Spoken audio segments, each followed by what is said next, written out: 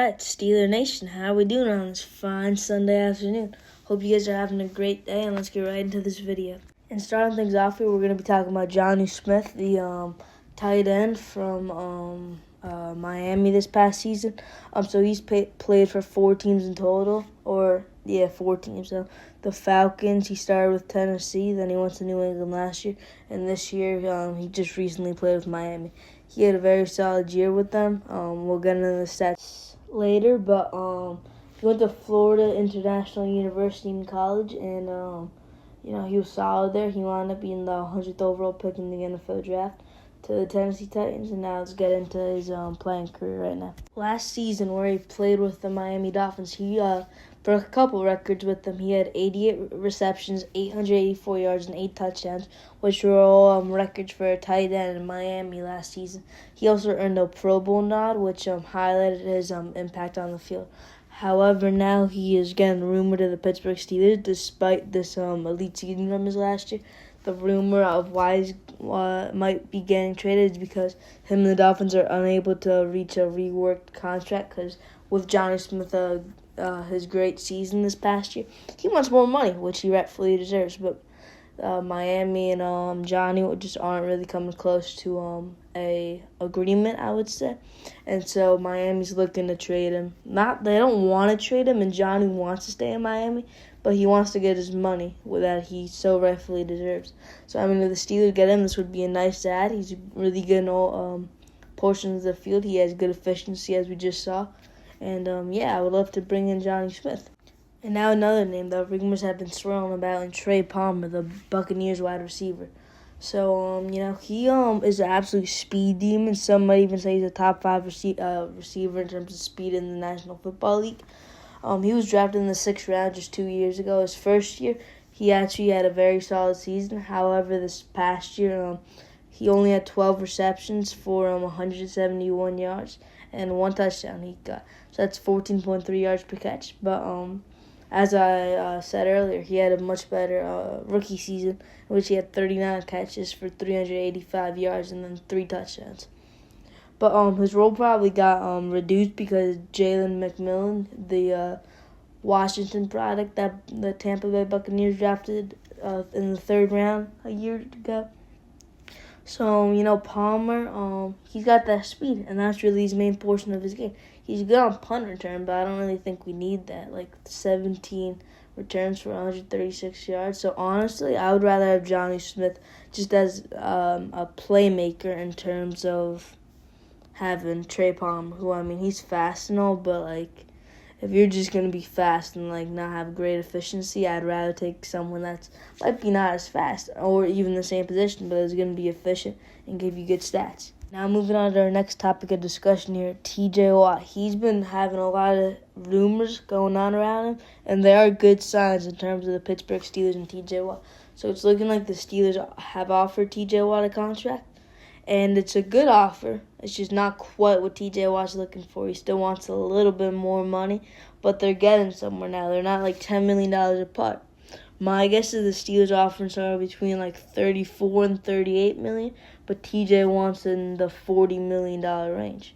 See, this is why I wish they would have paid him before Myles Garrett got that extension, because then they could have probably gotten away with $38 million. But now they're gonna have to pay him $40 million a year, and that might not seem like much on the surface, but it adds up over time. If it's a 4-year extension, that's $8 million, and those $8 million could have been for a guy that'll do good for you, a guy like Darius Slayton, maybe like Keenan Allen, Amari Cooper. I know Darius Slayton went back to the Giants, but I'm just spitballing here. So just a return of the fact of the matter, though, TJ Watt, if an extension could get done, I'd want it to be as quick as possible. But honestly, I would, if you're a Steelers fan and you're worried about this, relax. I'm 95% sure the Steelers will get a contract done. We just gotta relax. Remember what happened with Cam Hayward and Pat Fryermuth last year? I think it was August or July. They finally got a contract. It might have even been September, very early September. But it's alright. Something will get done, and I can almost guarantee that. I can't promise you, but I can guarantee it. So just stay tuned to see what happens, and if anything does happen, then I'll let you guys know on an episode of this podcast. So let's keep rolling, though. Alright, the next topic I want to talk about here is actually a player, and his name is Roman Wilson. In OTAs, he has been fascinating to watch. He looks like a speed demon. He's running a route super crisp. I am very impressed with what I'm seeing by him, and last year, you can't really think about it. It's kind of like what happened with Calvin Austin his rookie year. He was just injured, and that really does suck. But this year, he's not injured right now, and he's showing you why he was drafted where he was drafted in the 3rd round. Only one spot behind where Caleb Johnson was picked this past year. And they were in different draft classes, to make that clear. But, yeah. But, like, they were kind of the same range in terms of, like, how good of a player they were, right? But I was going back to Roman Wilson here.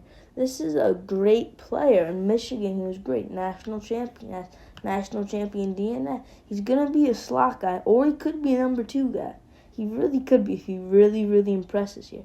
Because, we got Calvin Austin, who he should have slot on lockdown, and then if Robert Woods can't keep his job as the receiver too, and Roman Wilson is out here breaking records, let's just say, just spitballing once again, but he's breaking records and doing this elite stuff, then he would be that wide receiver too. But I do still think the Steelers will trade for somebody like a Romeo Dobbs, but nothing is imminent as things stand right now. But I just want to tell you guys that Roman Wilson is looking very good, and keep your eye on him to make some damage this year. And the final category of today is going to be the OTAs for the Pittsburgh Steelers and how everyone's been looking. So from what I've seen on the good old internet, the WWW, the World Wide Web, as some would like to say, is that really everyone is doing quite solid except for maybe Will Howard. He's been struggling a little bit, however. Recently, he's been starting to get the hang of things. Mason Rudolph, according to Roman Wilson, elite quarterback. I'm just saying that. Mason Rudolph, if it's your season, it's your season, man. But I do still think Aaron Rodgers will sign for the record. But, we got to see what happens there. Caleb Johnson, Jalen Warren, both looking like true professionals in their craft. Especially Caleb Johnson, just looking at some of the stuff. He's powerful, explosive. He's a big boy. Not in terms of that, like, he's, like, fat or anything, but like just like he's muscular, and he's like really built pretty well. He's built like a very good back, not like Kyle Monunga, who according to his running backs coach runs like an old man.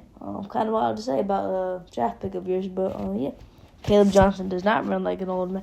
In fact, he ran 22 miles per hour, I believe, according to the catapult like bra things that all the players got to wear during these OTAs. But yeah, if that is accurate, which I don't know why it wouldn't be. I don't know why they would lie about that.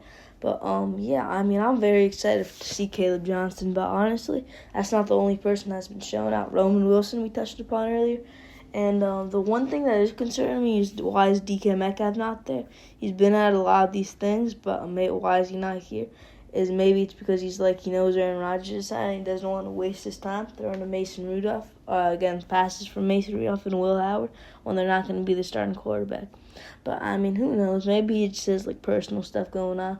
But, yeah, from what I've seen, the running backs are looking very good. O-line's looking pretty solid. Broderick Jones, Darnell Washington, too. Those two were looking pretty good, according to some reports. And, yeah, I'm very excited to see what the Steelers team has in store. And we're going to keep on ramping up in terms of the Steelers off-season programs.